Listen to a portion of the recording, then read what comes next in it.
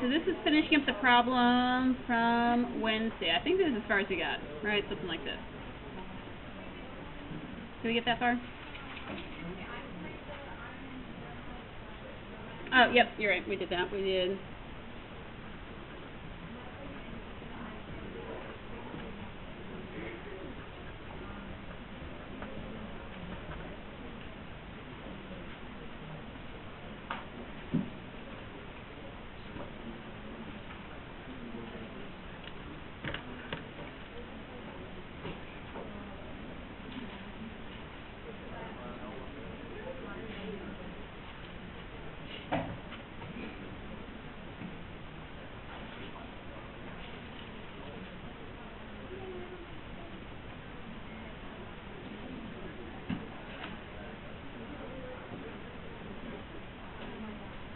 Alright, so I think last time, right, this is the initial equation, and we pulled out the solid precipitate, and then the question was, what is Q? So we plugged in the initial concentrations and got a value of Q. Okay, do all that, good.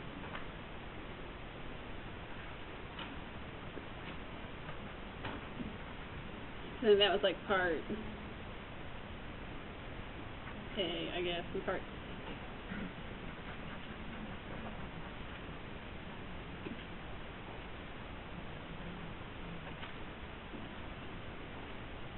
Alright, so then we started the ice chart, right, because I wanted to figure out KSP, and KSP is only found at equilibrium.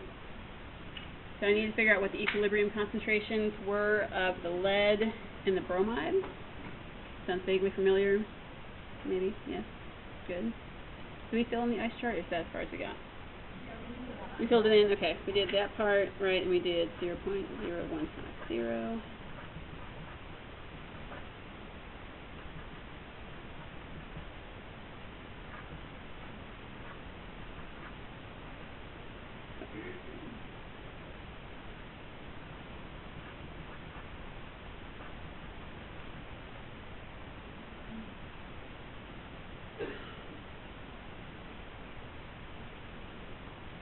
Right, we had something like that. Good.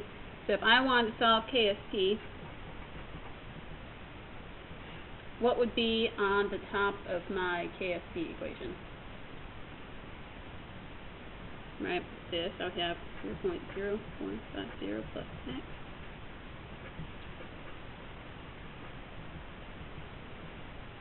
What am I missing from my numerator? Squared.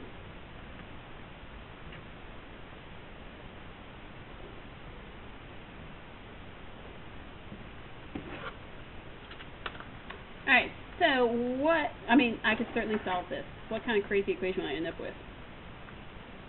It would actually be one beyond a quadratic, because there'd be a cube in here, so it would be wacky.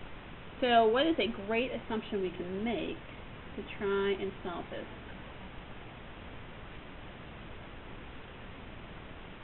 That which of the x's is probably ignorable?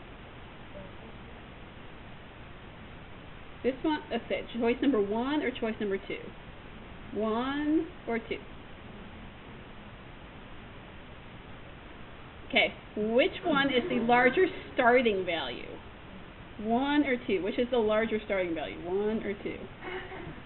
1, right? This is the larger starting value. So probably this x is going to be the one that's small, comparatively. Right, plus this one's getting doubled and then squared. So if you ignore that one, you're probably off the wrong track. So this one, the easiest,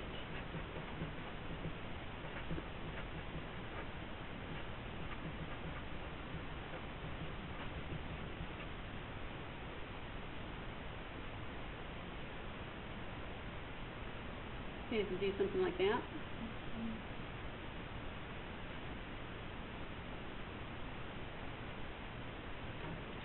Alright, what should I do next?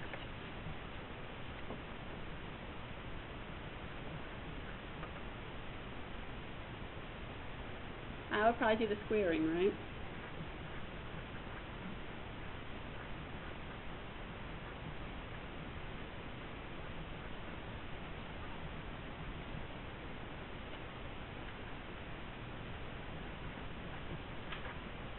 Alright, so multiply those two together, then these two, then those two.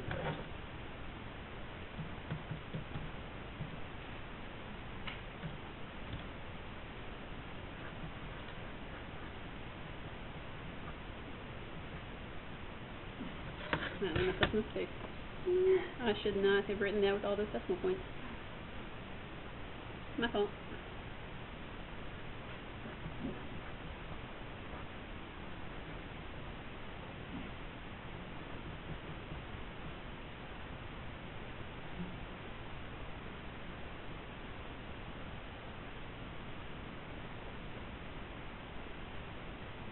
Alright, so now what do I do to solve it? Distribute, right? So multiply, multiply, multiply.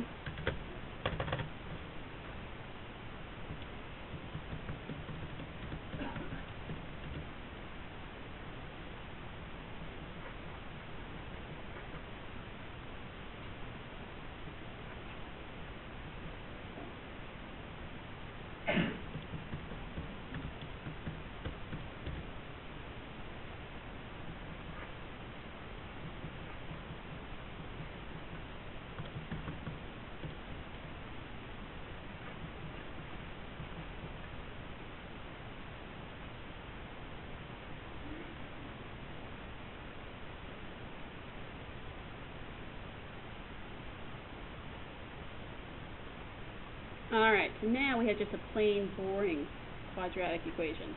Ordinary, boring quadratic. Okay, you would solve using a regular quadratic equation. Because I don't want to spend a ton of time on it. And you won't have a quadratic on your exams or whatnot. We'll skip to the results.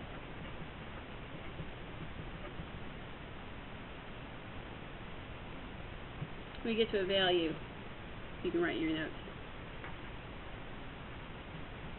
Skipping steps. Ballpark 4.67 to negative 6-ish.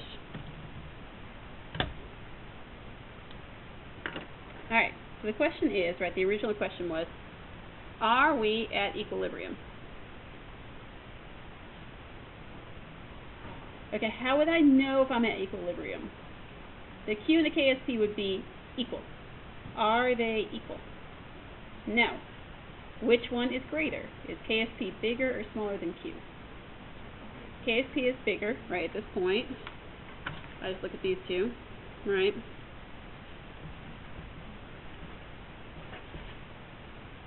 So if KSP is greater than Q, looking at this equation, what is going to happen to my reaction? Is it going to shift to reactants or shift to products? If KSP is greater,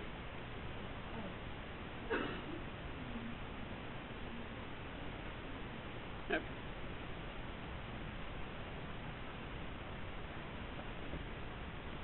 Good. We're going to shift to products. So we're going to make more what? Solid or more ions? More of the ions. Right. So it's just kind of combining all the things we did before. Good. Alright, so now we're going to completely shift gears. Completely, totally different conversation with very little math. Don't cheer. No cheering. No cheering about all the math. No, no.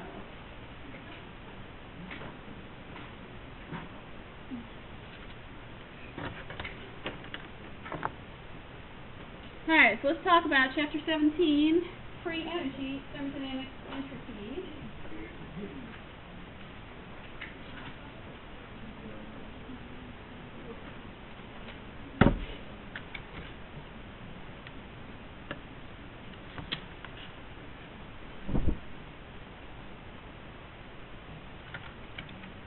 Alright, so way long ago, right? We talked about chemical changes. So what would be an example of a chemical change? Burning of wood, right? Because you can't undo it. Yep. So a chemical change is something that goes forward and you can't reverse it, right? So rust, you can't unrust something, you can't unburn something, you know, something like that, right? If you digest food, you can't really put it back together into its original components and throw it up again, right? So those will all be chemical changes. Physical changes are reversible, typically, right? So something gets hot, it cools off, or it turns into a gas and then turns back into rain, right? Those would be all physical changes. All right, so when we describe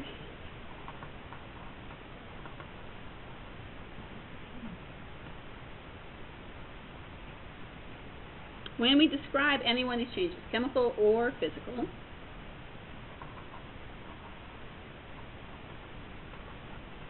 we're going to use the word spontaneous.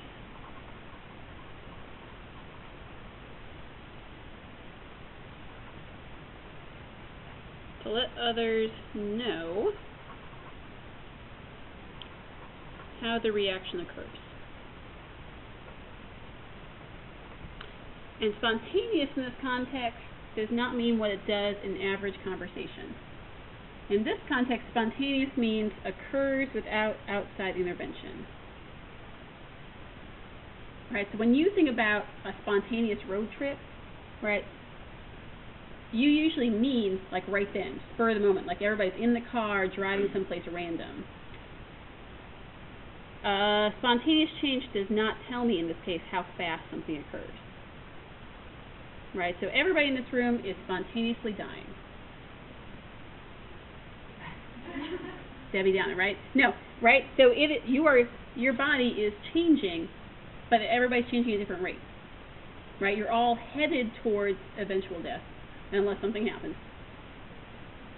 But different rates of that. Well, death would be equilibrium, right? That's when your body is at equilibrium. Right now, your body's really working against equilibrium. If you really think about it, it's pretty crazy. Anyway.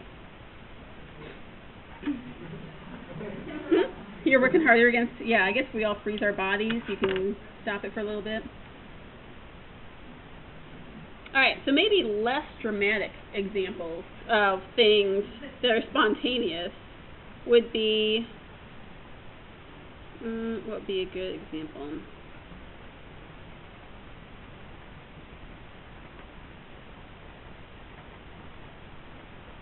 Let's say I put an ice cube in some warm water.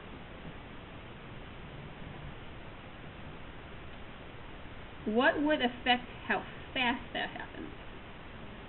How warm the water is, right? So that's going to tell me about the rate. But will every ice cube eventually melt if they're in warm water? Yes. So this is a spontaneous change. The ice cubes will always melt, but I can do some things to speed it up or slow it down. So this is a spontaneous change that tells me nothing about how fast it's going to happen. Right? So spontaneous reaction, we get into the rate.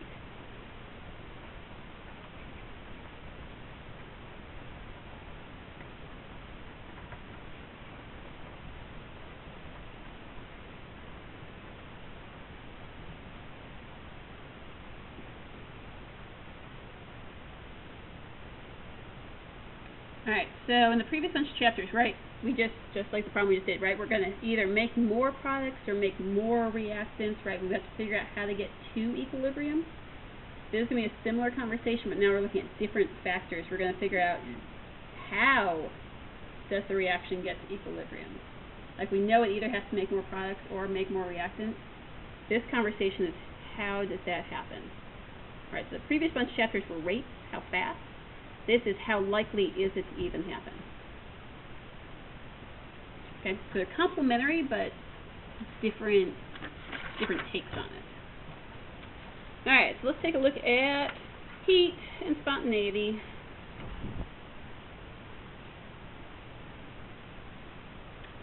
Alright, so I have a bunch of different options up here. Let's look at this one up here. What kind of reaction is going on here? What are my reactants? Specifically, what kinds of acids and bases? Strong acids and bases, right? So if I have a strong acid and strong base, and I'm just going to call this, I have a specific value, but we'll just, doesn't really matter. If this is an exothermic reaction, where is the heat going? Right? out from the beaker into the surroundings. If you pour sodium hydroxide and hydrochloric acid, will it make a salt and water?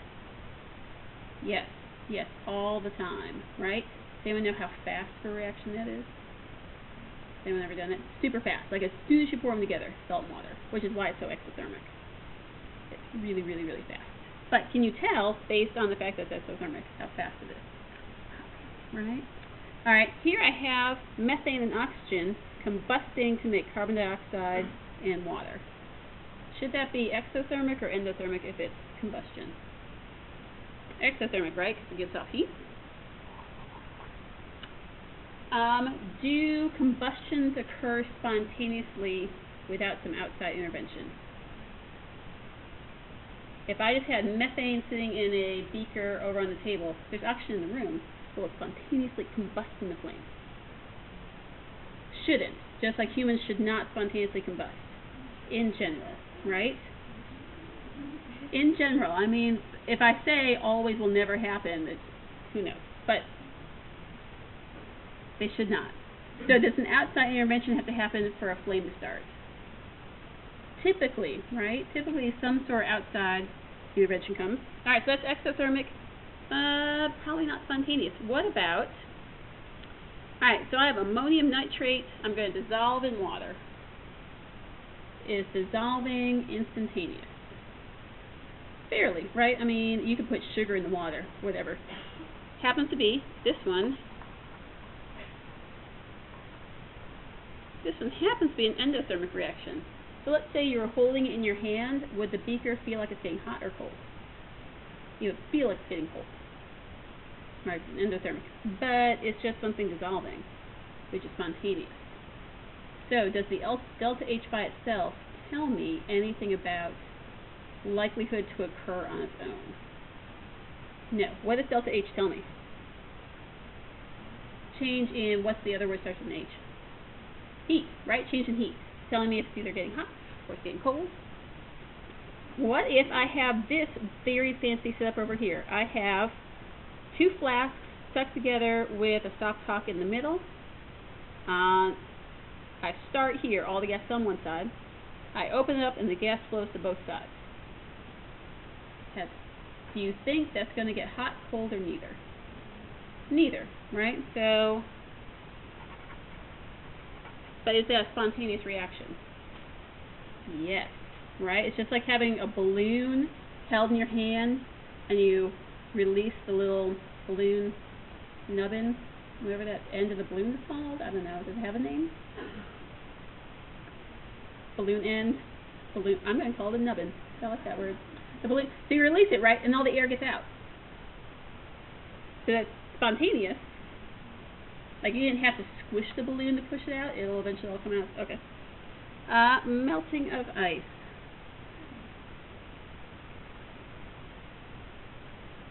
Any guesses on if it's endo or exo? It is endo.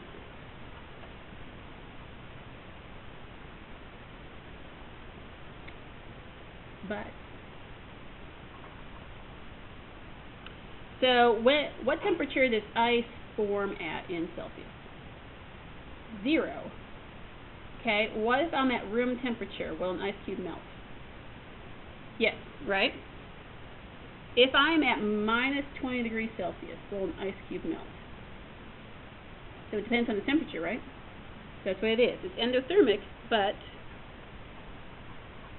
spontaneity depends on the temperature. So an ice cube is always going to spontaneously melt if it's above 0. It'll never spontaneously melt if it's below 0. I know. Things you know, just using science words to talk about it. So, how can we make a prediction if a reaction is spontaneous? Because we have nothing to help us out. Right? So far, it doesn't matter if it's exothermic or endothermic, doesn't matter if we're temperature, it's lucky for you, I'm here. Let's talk about entropy. So, the second law of thermodynamics says, as a review, right, In a spontaneous process, the entropy of the universe must increase. Right? So entropy gets this, should have a colon, it's not like a minus S, it's just entropy is S. That's how we abbreviate entropy, S.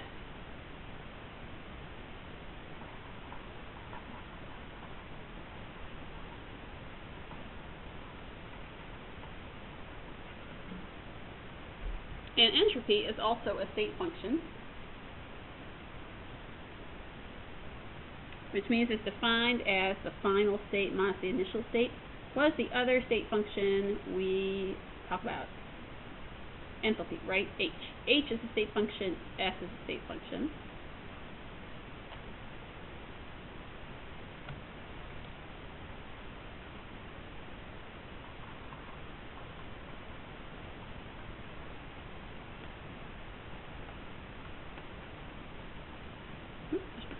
Around the idea.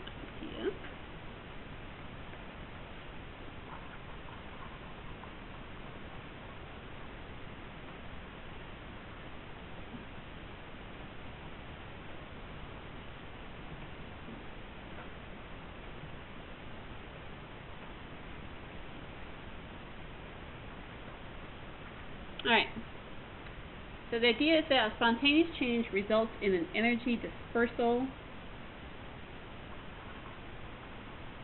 that increases the entropy of the universe. So, we want a reaction will proceed forward, typically, if the energy dispersal, the way I put my energy out there, increases the entropy.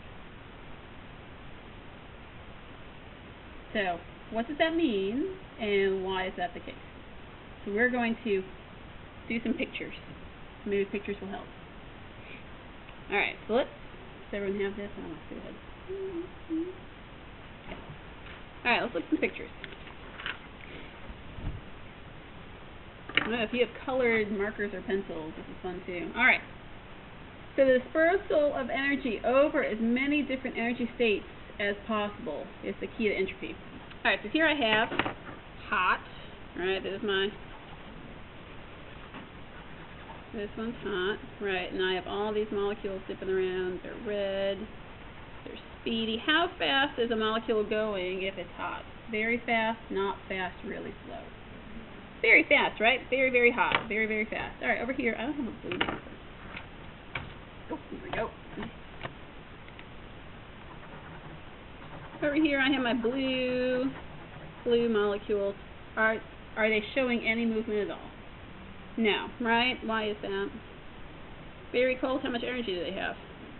Very little, right? Very cold, very little energy. Alright, so this is my ice cube. This is my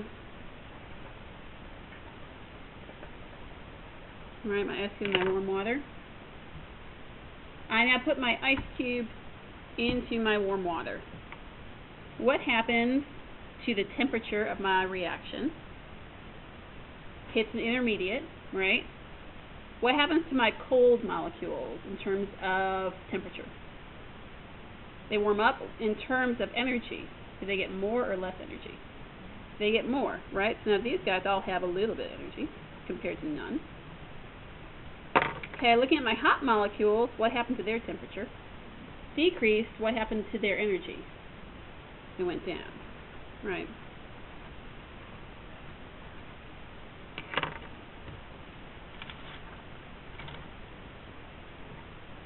Alright, so the thermal energy has been transferred, right? System 1 gave some of it away to System 2.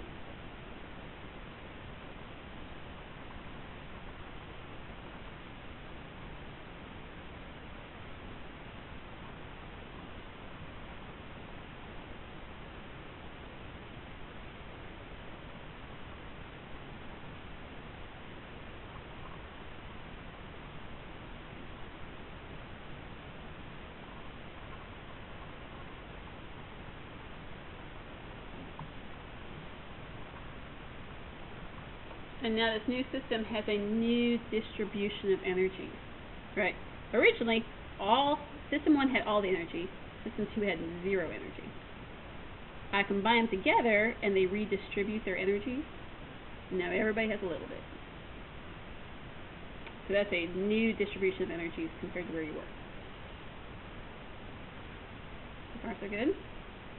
Okay.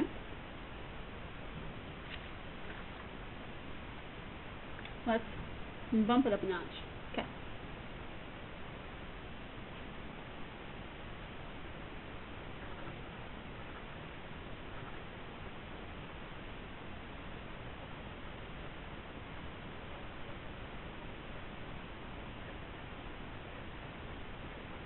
Alright, so I now have a simple system with just 4 molecules in it.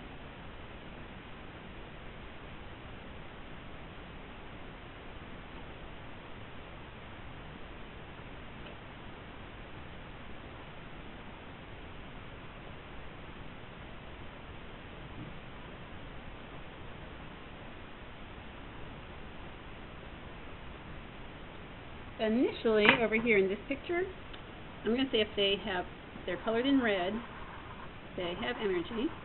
If you don't have the PowerPoints for this chapter, you're probably going to want to go ahead and print them off because it's pretty graphic heavy. So you can just watch for now. Okay, 2 do not.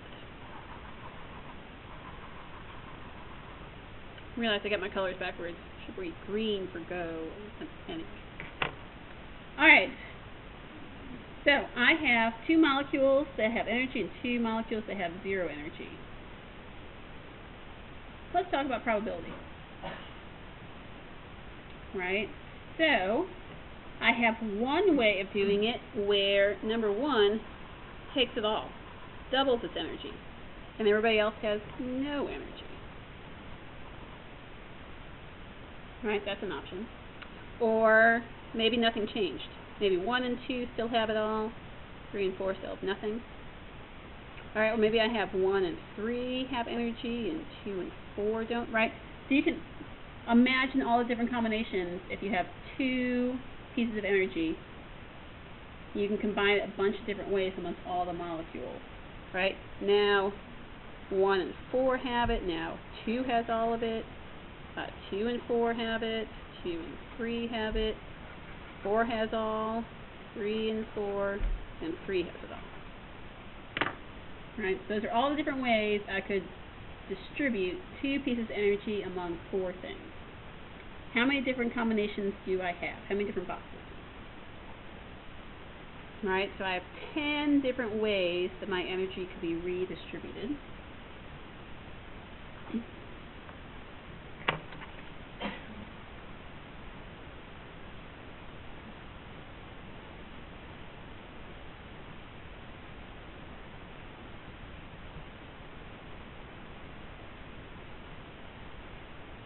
Alright, 10 totally different ways I could do it. How many of the 10 have the energy being solely owned by one molecule? So how many of them have it all on one?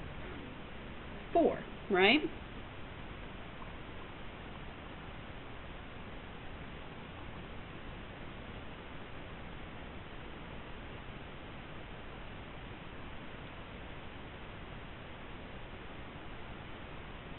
How do the other 6 have it distributed? Right, over 2 molecules, right? So then 6 of 10.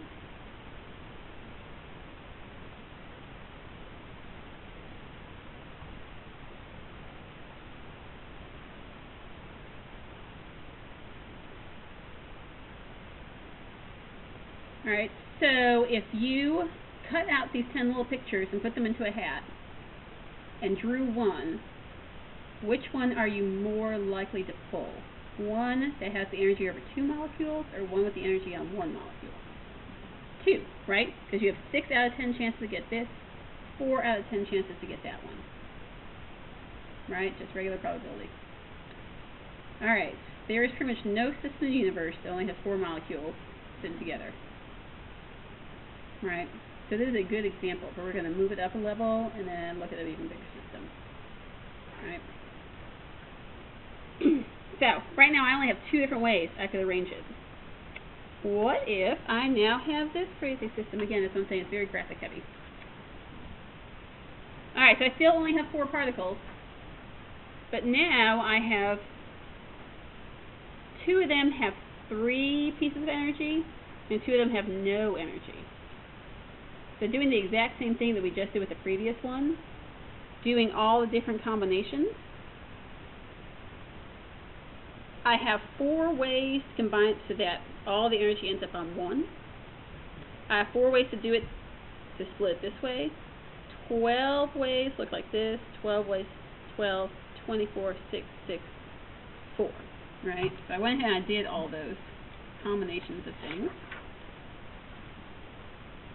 How would I figure out the total number of possible combinations? What would I need to figure out the total number of possible combinations? Right, these are all, so the top number, let me double check my math because I think my answer is wrong. Let's see here.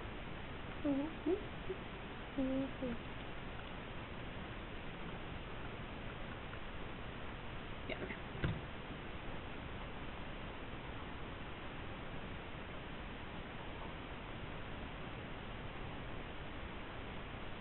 Alright, so there's a total of 74 different ways to arrange. But this one happens 4 out of 74 times.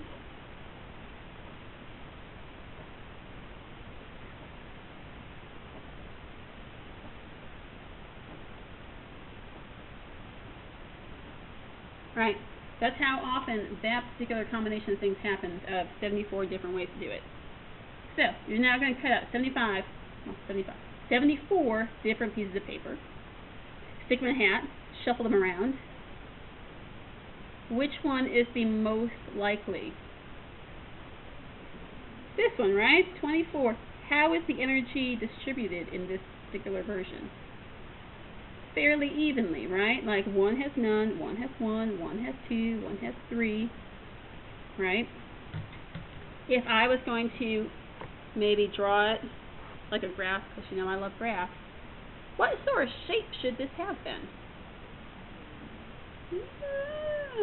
Gaussian, right? Because if this is total number of chances, this is the one that happens most often. That's 24, right? And then we had 12, and over here we have 6, right? So it's a Gaussian kind of curve.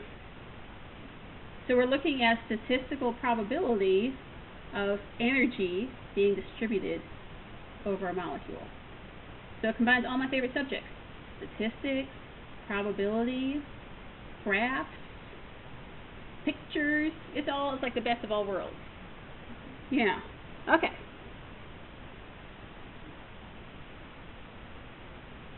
If I had more than 4 molecules, let's say I had 10 molecules, how many different ways would I have to arrange it? More or less than 74? More, right? If I had 10 molecules, it'd be more than 74 ways to arrange it. So then it would look like an even bigger distribution, right? A bigger combination of molecules. So let me write that over here.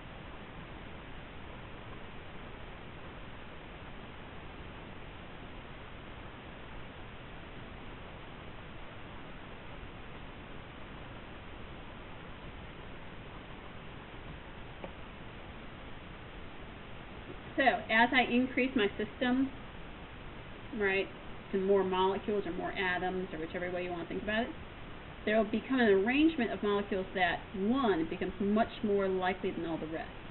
Right, just like in the previous thing, like you definitely knew it's 24. 24 out of 70, whatever that is, 74. Definitely the most likely. If I have even more atoms, it'll be even more obvious which one happens rather than all the rest. They'll stick out even more. Alright, since the next thing I'm going to do requires a lot of drawing on your part, I'm going to say a few things. One, bring a few different colored pens on Monday, because we're going to do some graphics where you're going to draw it with a bunch of different colors. That'll be helpful. We're going to do the group quiz. Whenever you turn your group quiz, I have your exams ready to give back, so we can swap if you want your exam back. I mean, I guess I could keep it, but I prefer you take it. Otherwise, just flies up my desk. I think that's it. Mastering tonight. Don't forget. Mastering. But it's over the stuff that we've already done. So it's just solubility and things like that. So, alright, go team.